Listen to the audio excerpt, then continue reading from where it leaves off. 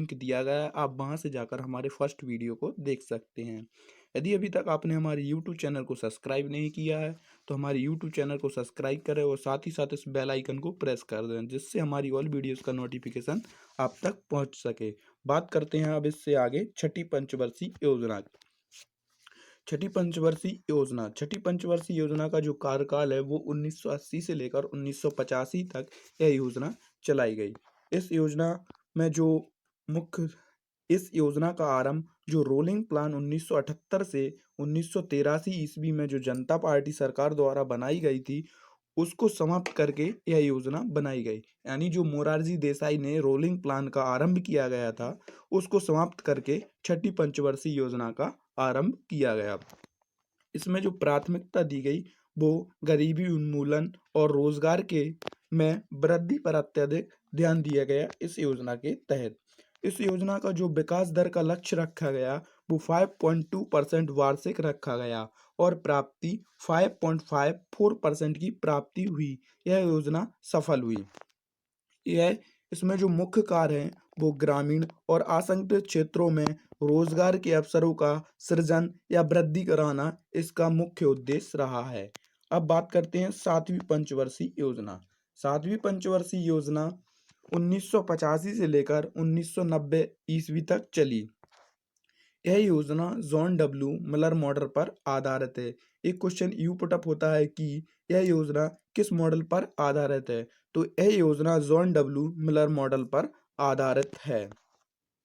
इसमें जो प्राथमिकता दी गई वो गरीबी कम करने में, उत्पादकता बढ़ाने में, रोजगार अवसर बढ़ाने पर विशेष ध्यान दिया गया। इस योजना के तहत इसका जो विकास दर का लक्ष्य रखा गया इस योजना का वो लक्ष्य रखा गया 5% और प्राप्ति हुई 5.6% की इसमें प्राप्ति हुई। यह योजना सफल कारगर साबित हुई। इसमें जो कार्य किए गए वो जवाहर रोजगार योजना जैसी महत्वपूर्ण रोजगार पूरक कार्यक्रम प्रारंभ किए गए।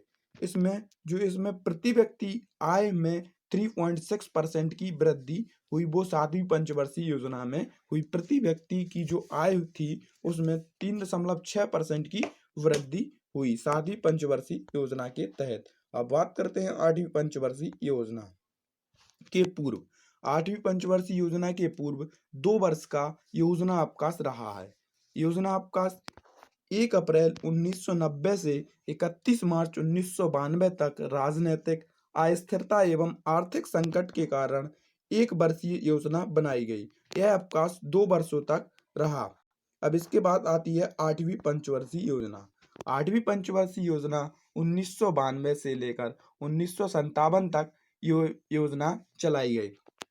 इस योजना का जो प्राथमिकता थी वो मानव संसाधन का विकास, शिक्षा तथा जन स्वास्थ्य पर अत्यधिक ध्यान दिया गया। इस योजना के तहत जो इस योजना का आठवीं पंचवर्षीय योजना का जो विकास दर का लक्ष्य रखा गया वो 5.6% रखा गया और प्राप्ति 6.8% की रही। यह योजना अच्छी कारगर साबित हुई।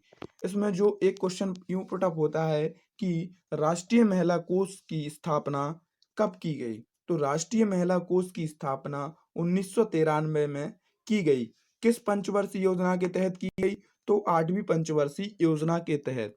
और एक क्वेश्चन यूं भी बनता है कि मानव संसाधन विकास मंत्रालय के तहत राष्ट्रीय महिला कोष की स्थापना की गई। यानी किस मंत्रालय के द्वारा, तो मानव संसाधन विकास मंत्रालय के द्वारा की गई। अब इसमें जो महत्वपूर्ण कार्य किए गए वो गरीब महिलाओं के लिए लघु ऋण प्रदान किया गया इस योजना के तहत। यानी जो गरीब महिलाएं थीं उनके लिए लघु ऋण प्रदान इस योजना के तहत दिया गया। जो 15 से 35 वर्ष को अनिवार्य शिक्षा का प्रावधान आठवीं पंचवर्षीय योजना के तहत ही रखा गया। अब बात करते हैं नौवीं पंचवर्षीय योजना। नौवीं पंचवर्षीय योजना का कार्यकाल 1957 से लेकर 2002 ईस्वी तक यह योजना चलाई गई। इस योजना की जो प्राथमिकता दी गई वो न्यायपूर्ण वितरण एवं समानता के साथ विकास हो, इसके लिए इसको प्राथमिकता दी गई। इसका जो मुख्य उद्देश्य था वो केंद्रीय क्षेत्रीय मुद्दों को बढ़ावा देना, खाद्यान्न में आत्मनिर्भरता प्राप्त करना, दूसरा जो है वो औद्योगिक कार्यक्रम प्राप्त करना, और तीसरा जड़ी बूटी और पेड़ पौधों, औषधियों आदि का संरक्षण करना इसका मुख्य उद्देश्य रहा है। नौवीं पंचवर्षीय योजना की जो विकास दर का लक्ष्य रखा गया वो 6.5% रखा गया और प्राप्ति 5.4% की हुई। इस योजना की जो असफलता के पीछे अंतर्राष्ट्रीय मंदी को जिम्मेदार माना जाता है। यानी जो नौवीं पंचवर्षीय योजना थी उस समय भारत में आर्थिक मंदी आ गई थी, जिससे यह योजना अपने लक्ष्य प्राप्त नहीं कर पाई।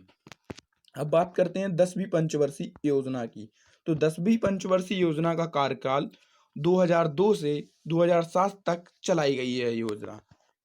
इस योजना का जो मुख्य उद्देश्य था वो देश में गरीब बेरोजगारी समाप्त करना था। यानी जो देश में गरीबी और बेरोजगारी उत्पन्न थी उसको समाप्त करना था, और अगले 10 वर्षों में जो प्रति व्यक्ति की आय थी उसको दोगुना करने का प्रस्ताव 10वीं पंचवर्षीय योजना के अंतर्गत रखा गया। इसकी 10वीं पंचवर्षीय योजना में जो विकास दर का लक्ष्य रखा गया वो 7.9 रखा गया और प्राप्ति 7.6 की हुई। इसमें जो प्रति व्यक्ति की प्रति वर्ष 7.5 अरब डॉलर के प्रत्यक्ष निवेश विदेशी निवेश का लक्ष्य रखा गया। यानी जो प्रति वर्ष 7.5 अरब डॉलर के प्रत्यक्ष विदेशी निवेश का लक्ष्य रखा गया। दूसरा पॉइंट है कि योजना अवधि में 5 करोड़ रोजगार के अवसरों का सृजन कराने का लक्ष्य रखा गया। यानी जो योजना अवधि की जो 5 वर्ष का समय था उसमें 5 करोड़ रोजगार के अवसरों का सृजन कराना इस योजना के अंतर्गत रखा गया। एक और पॉइंट है इसमें, योजना के जो अंतिम समय था, अंतिम समय में भारत की साक्षरता 75% हो गई थी। यानी जो शिक्षा दर थी वो भारत की 75% हो गई थी। और एक पॉइंट और बनता है, ये मोस्ट इम्पोर्टेंट है कि कृषि उद्योग एवं सेवाओं में काफ़ी गिरावट कब आ गई थी। तो यानी 10वीं पंचवर्षीय योजना में कृषि उद्योग एवं सेवाओं में काफ़ी गिरावट आ गई थी। अब बात करते हैं 11वीं पंचवर्षीय योजना। तो 11वीं पंचवर्षीय योजना का कार्यकाल 2007 से लेकर 2012 तक यह योजना चलाई गई। इस योजना का जो विकास दर का लक्ष्य रखा गया वो 8.1% रखा गया और जो लक्ष्य की प्राप्ति हुई वो 8% हुई। इसका जो मुख्य उद्देश्य था कृषि उद्योग एवं सेवा क्षेत्र की विकास दर का लक्ष्य क्रमशः 4.1%, 10.5%, 9.9% रखा गया, और जो इसकी जो प्राप्ति हुई, लक्ष्य की प्राप्ति हुई वो कृषि में 3.3%, उद्योग में 6.6%, सेवाओं में 9.8% रही। नोट के रूप में एक है टॉपिक है कि 11वीं पंचवर्षीय योजना में शिक्षा के लिए विषय वस्तु थीम रखी गई। तो इस विषय वस्तु या थीम अनिवार्य प्रारंभ शिक्षा रखी गई। जो थीम रखी गई वो अनिवार्य प्रारंभ शिक्षा रखी गई। अब बात करते हैं 12वीं पंचवर्षीय योजना। 12वीं पंचवर्षीय योजना 1 अप्रैल 2012 से 31 मार्च 2017 तक यह कार्यकाल रहा इस योजना का। इसमें जो प्राथमिकता दी गई वो तीव्रतम एवं समावेशी विकास के दी गई। इसमें जो पॉइंट 2014 में भारतीय जनता पार्टी की सरकार आई जिसने योजना आयोग को खत्म कर दिया और फिर 1 जनवरी 2015 को नीति आयोग की स्थापना की। तो इस वीडियो में मैंने आपको बताया कि 1 से लेकर पूरी 12वीं पंचवर्षीय योजनाओं तक का पूरा सिलेबस इसमें है। इसमें SSC, railway, UPSC, वीए, state PCS इत्यादि आदि में से क्वेश्चन पूछे जाते हैं। यदि आपको हमारी वीडियो अच्छी लगी तो हमारे वीडियो को लाइक करें, चैनल को सब्सक्राइब करें और वीडियो को शेयर करें। Thanks for watching. Share and like.